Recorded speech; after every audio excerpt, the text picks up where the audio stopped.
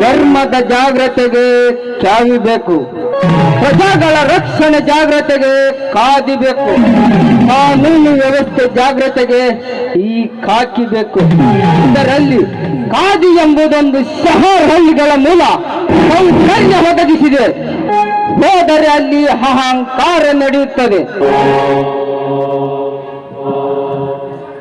ಒಬ್ಬ ಕವಿದಾರ ಮಾನವ ಧರ್ಮ ಸುಧಾರಿಸದಿದ್ದರೆ ಎಲ್ಲಿಂದ ಬೇಡ ಕದನವೇ ಪ್ರಾರಂಭವಾಗುತ್ತದೆ.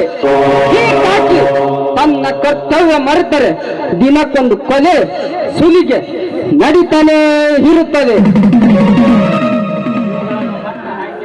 ಇವುಗಳನ್ನೆಲ್ಲ ಮಟ್ಟ ಹಾಕಿ ಒಂದು ದೊಡ್ಡ ಸಮಾಜ ನಿರ್ಮಾಣ ಮಾಡುವುದೇ ನಮ್ಮ ಗುರಿ.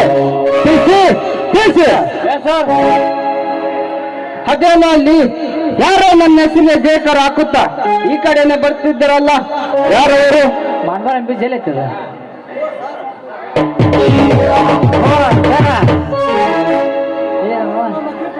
ಅಯ್ಯೋ ಅಪ್ಪ ಇವ ನಮ್ ಬಂಡವಾರ ಬಿದ್ದಲ್ಲ, ನಮ್ ಬಂಡವಾರ ಬೀಜ್ರೇ ಅಪ್ಪ ಬಂತ ಬಂತ ಬಂಡವಾರ ಬೀಜ ಬಂತ ಅಷ್ಟಲ್ರಿ ಅಪ್ಪ. ನಮ್ ಪಾಠ ಮಾಡ ನನ್ನ ಮಗ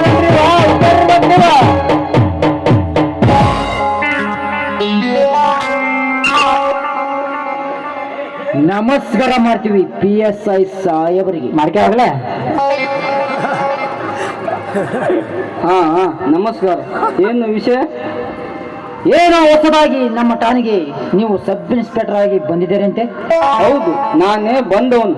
ಅಂದಾಗೆ ತಮ್ಮ ಪರಿಚಯ? ನಾನು ಈ ಊರಿನ ಪೊಲೀಸ್ ಪಾಟೀಲ್ ಸಿದ್ದನಗೌಡ ಅಂತ, 1300 ಎಕರೆ ಜಮೀನ್ದಾರ್ ಹಾಗೂ 4 ಫ್ಯಾಕ್ಟರಿ ಮಾಲೀಕನಿದ್ದೇನೆ. ಮಾತುಕೊಳ್ಳಿ ತಮ್ಮ. ನಾನು ಇವರ ರಕ್ಷಣೆದಾರ ಅಷ್ಟೇ ಅಲ್ಲ, ಇವರ ಅನೇಕ ಬ್ಯಾಂಕ್ ಬಿಸಿನೆಸ್ ವ್ಯವಹಾರಗಳನ್ನು ನೋಡುವ ಕರಿಯ ಅಂತ.